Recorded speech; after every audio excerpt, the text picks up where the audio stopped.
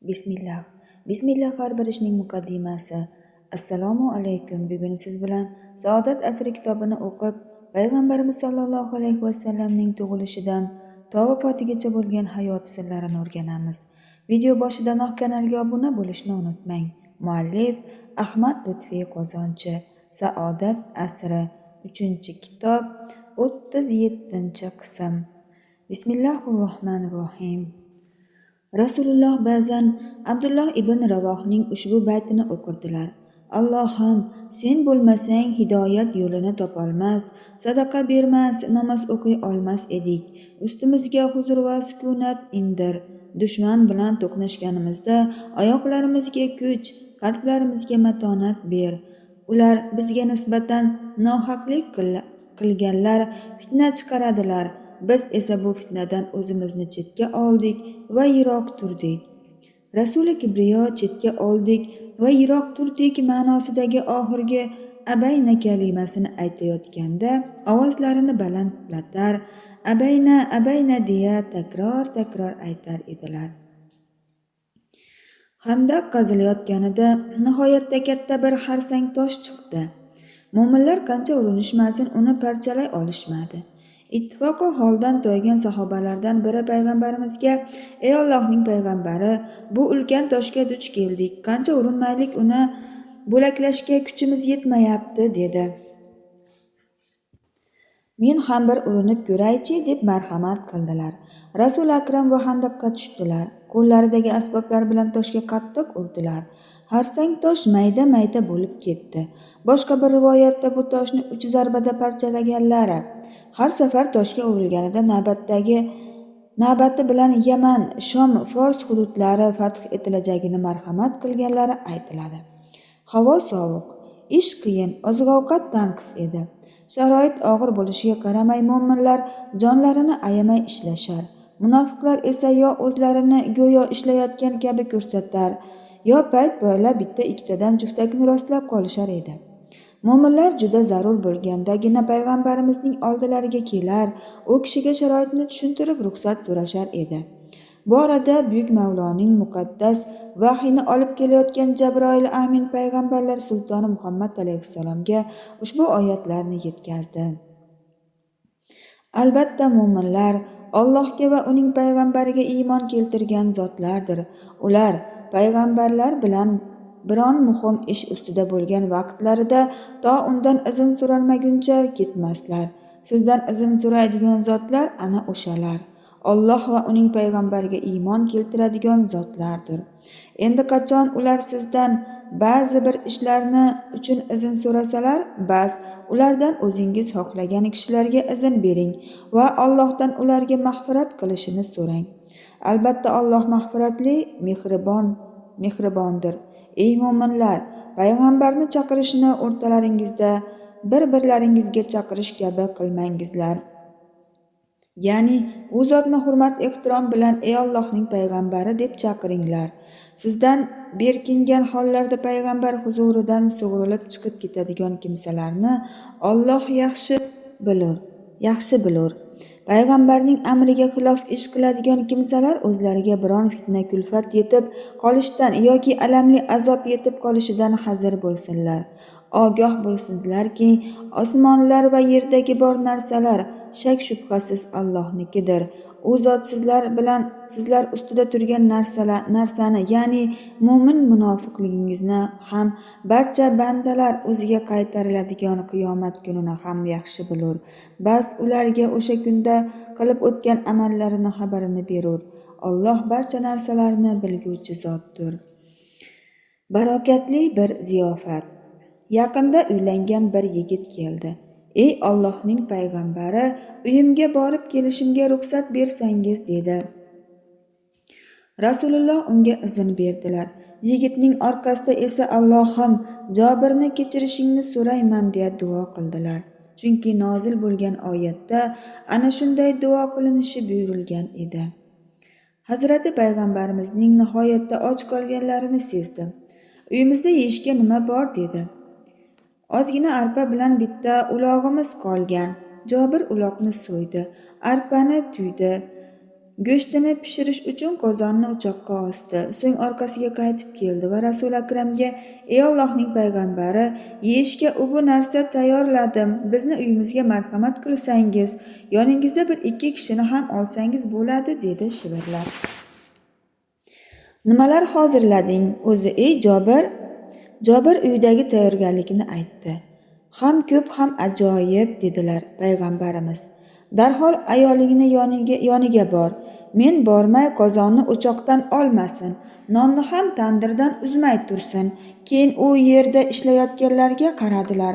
Baland ovozda: "Qani yuringlar, Jobir hammamizni ziyofatga chaqiryapti", dedi. Bu e'lonni eshitgan Jobirning peshonasini ter qopladi. Quloqlariga ishonmas edi. Hamma eshitmasin deb shivirlagan holda chaqirilgan bu kichkinagina ziyofatga hammaning taklif qilinishi xayoliga ham keltirmagandi. O'sha paytda u eshitgan gaplarni tahlil qilib o'tirgan holatda emas edi. Nima bo'lsa ham uning uyiga hamma chaqirilgani ayon. O'rnidan turib: "Yo'q, men sizlarni uyimga taklif qilmayapman, hech qanday ziyofat yo'q", deya baqira olmasdi axir. Nochor uyiga yo'l oldi. Hayajondan bo'g'ilayotgan edi u. "Xotin, sharmanda bo'ldik. Rasululloh hazratlari butun handaqchilarni, muhojiru ansorlarni uyimizga olib kelyaptilar", dedi. Janobi payg'ambarimiz qancha ovqatimiz borligini so'radilarmi? "Ha, so'radilar". "Unday bo'lsa tashvish tortishni hech hojati yo'q. Alloh va Rasuli nima qilishni bizdan yaxshi biladi". Bu javob Jobirdagi tashvishni ancha ketkazdi. Uylanishidan oldin ko'pni ko'rgan, tajribali, fahm-farosatli singillariga onalik qila oladigan bir xotin olish orzusida edi. Ushalgan orzusini mevasini ko'rayotgan edi hozir. U qadar mehmonni qanday kutib olarkanman deya talvasaga tushganida, xotinini bu holatini buyuk bir tavakkul bilan kutib olishi Jobirni hayratga soldi. Bir ozdan so'ng 800 dan oshiq ochlikdan sillasi qurigan bir jamoat Hazrati payg'ambarimizga ergashib Jobirning uyiga yetib keldi.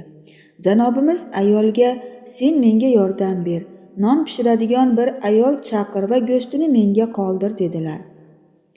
Kelgan ayolning yordami bilan pishirilgan nonlar Rasulullohga berilar. Nabiylar sarvari esa non ustiga go'sht qo'yib o'rtoqlariga uzatar edilar. Ana shunday davom etdi bu ziyofat. Rasulullohning yonlariga navbat bilan kelishar, nasibasini olganlar xursand bir chekkada o'tirib qornini to'yg'azar edi. Bu holatni ko'rib Jobirning ko'zlari quvonchdan porlab ketdi. Kelgan mehmonlarning hammasi to'ydi, biroq non ham, go'sht ham tugamadi. Qozondagi ovqatdan hech olinmagan edi go'yo. Ziyofat tugaganidan so'ng Rasul akram sallallohu alayhi vasallam Jobirning xotiniga: "Bularni sen yegin, qo'shnilaringga ham ber", deya marhamat qildilar. O'sha kuni go'sht kechgacha to'xtovsiz ravishda qo'shnilarga tarqatildi. Ziyofatdan keyin mehmonlar qazish ishini davom ettirish uchun yana handaqqa tomon yo'l olishdi. Boshqa bir kuni Bashir ibn Sa'dning xotini kichik qiziga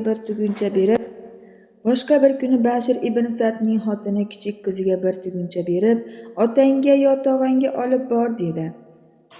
Qizcha yo'lga tushdi. Handaqda ishlayotganlar ichida otasini yo tog'asi Abdulloh ibn Ravohni izlab, u yoqqa bu yoqqa qarab yurar edi. Ittifoqo bir ovoz keldi: "Qani bu yoqqa kelchi, qizalog'im". Chaqirgan Hazrati payg'ambarimiz edilar. Qizcha u kishining yonlariga keldi. "Qo'lingdagi nima?"